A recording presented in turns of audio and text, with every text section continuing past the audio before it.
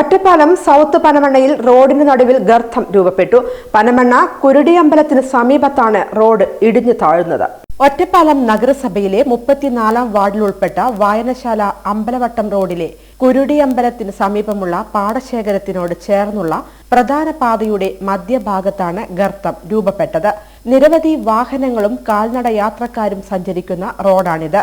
വലിയ വാഹനങ്ങൾക്ക് കടന്നുപോകാൻ പറ്റാത്ത അവസ്ഥയാണുള്ളത്.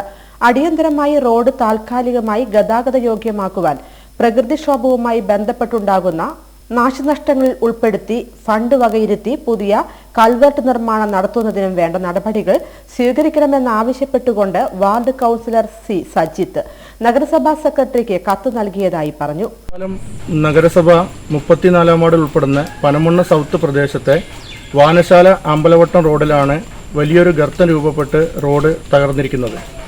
ഇത് 13 വർഷങ്ങൾക്ക് മുൻപ് ഇവിടെയുള്ള ഈ കൽവാട്ട് തകരുകയും അവിടെ താൽക്കാലികമായിട്ട് പൈപ്പുകൾ ഇട്ടുകൊണ്ട് ഗതാഗത യോഗ്യമാക്കുകയുമാണ് ചെയ്തിട്ടുണ്ടായിരുന്നത്. എന്നാൽ അവിടെ ഒരു സ്ഥിരമായിട്ടൊരു കൽവാട്ട് നിർമ്മാണമാണ് നടത്തേണ്ടിയിരുന്നത്. അന്ന് അത് ചെയ്യാത്തത് കാരണമാണ് വീണ്ടും ഈ റോഡ് തകർച്ചയിലേക്ക് പോയിട്ടുള്ളത്. ഇപ്പോൾ ഒറ്റപ്പാലം നഗരസഭ അധികൃതരെ വിവരമറിയിക്കുകയും അവർ വന്ന് സ്ഥലം പരിശോധിക്കുകയും ചെയ്തിട്ടുണ്ട്. അടിയന്തരമായിട്ട് ഇടപെടൽ നടത്തിക്കൊണ്ട് പ്രധാനപ്പെട്ട ഒരു പാതയാണ് ഈ ഒറ്റപ്പാലം ചെപ്പശ്ശേരി, ഒറ്റപ്പാലം പനമണ്ണ, ഒറ്റപ്പാലം കോതകുറിശി റൂട്ട്. ഇതിലൂടെ ഒരുപാട് സ്കൂൾ വാഹനങ്ങളും ബസ്സുകളും കടന്നു പോകുന്നതാണ്.